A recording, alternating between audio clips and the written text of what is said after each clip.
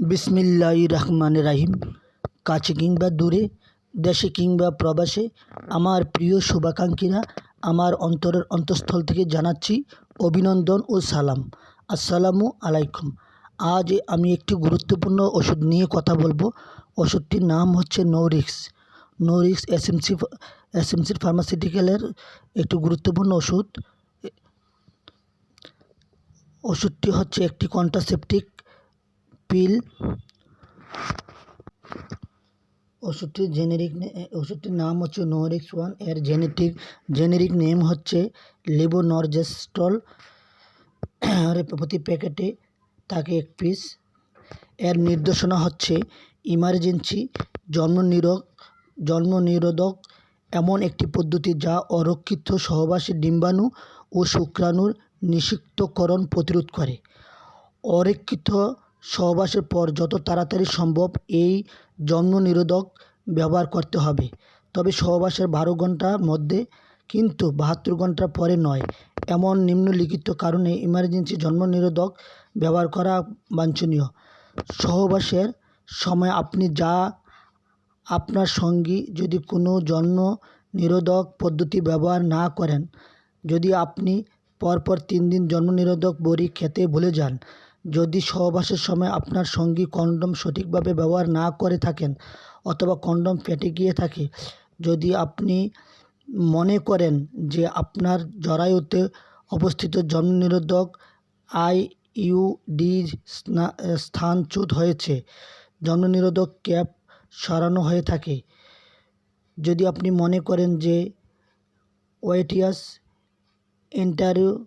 Interruptus অকার্যকর হয়েছে এবং রাইদম মেথড অনুসরণ করাকালীন সময়ে যদি সহবাস করে থাকেন এবং দর্শনজনিত অবস্থায়, এইরূপ কারণে নোরিক্স অত্যন্ত একটি কার্যকরী ওষুধ। ওষুধের মাত্রা 1.5 মিলিগ্রাম। এই চিকিৎসায় একটি বড়ি সেবন করা প্রয়োজন। বড়িটি যদি অতি তাড়াতাড়ি সম্ভব সেবন করতে হবে, যা অক্ষরিত যৌনমিলনের 12 ঘন্টার মধ্যে এবং কোনোক্রমে 72 ঘন্টার পরে নয়। মাসিকে যে কোনো সময় লেভোনরজেস্ট্রল 1.5 মিলিগ্রাম সেবন করা যেতে পারে। ইয়া মুখে সেব্য ওষুধ। 1 গ্লাস পানির সাথে এই বড়ি সেবন করা উচিত। পার্শ্ব প্রতিক্রিয়া। অন্যান্য সব ওষুধের মতোই এই ওষুধের কিছু মানুষের ক্ষেত্রে অস্বস্তি বোধ করতে পারে। সম্ভাব্য অনাকাঙ্ক্ষিত প্রতিক্রিয়া সমূহ যেমন বমি বা বমি ভাব, ঝিমুনি ভাব, অবসন্নতা, মাথা ব্যথা, পেটে ব্যথা, স্তনে ব্যথার অনুভূতি। এই ঔষধ ব্যবহারে যৌনিপথে রক্তক্ষরণ হতে পারে।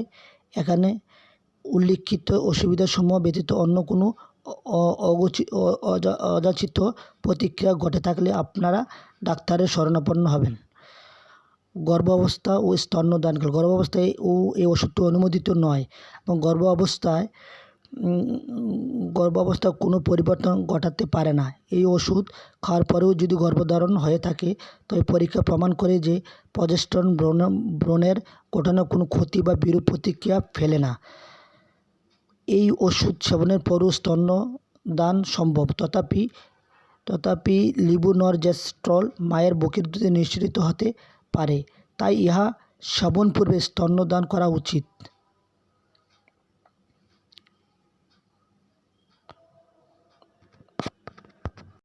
সতর্কতা। ইমার্জেন্সি জন্মনিরোধক বিশেষ অবস্থায় ব্যবহার করা উচিত, কারণ লেভোনরজেস্ট্রল ব্যবহারের প্রতিবারই জন্মনিরোধক নাও হতে পারে। নিয়মিত ব্যবহার সহযোগী হরমোনের মাত্রা বৃদ্ধি পরামর্শযোগ্য নয়। লেভোনরজেস্ট্রল নিয়মিত জন্মনিরোধক নয়। কোনো কারণে ওই ওষুধ সেবনের 3 ঘন্টার মধ্যে বমি হলে বা সঙ্গে সঙ্গে আরও একটি নোরিক্স 1.15 মিলিগ্রাম বড়ি সেবন করতে হবে। ধন্যবাদ সকলকে। সকল ওষুধ শিশুদের নাগালে বাইরে রাখুন এবং একজন ভালো চিকিৎসকের পরামর্শ অনুযায়ী সেবন করুন। ধন্যবাদ সবাইকে। আমার ভিডিওটি যদি ভালো লাগে লাইক কমেন্ট শেয়ার করে পাশে থাকবেন। আসসালামু আলাইকুম।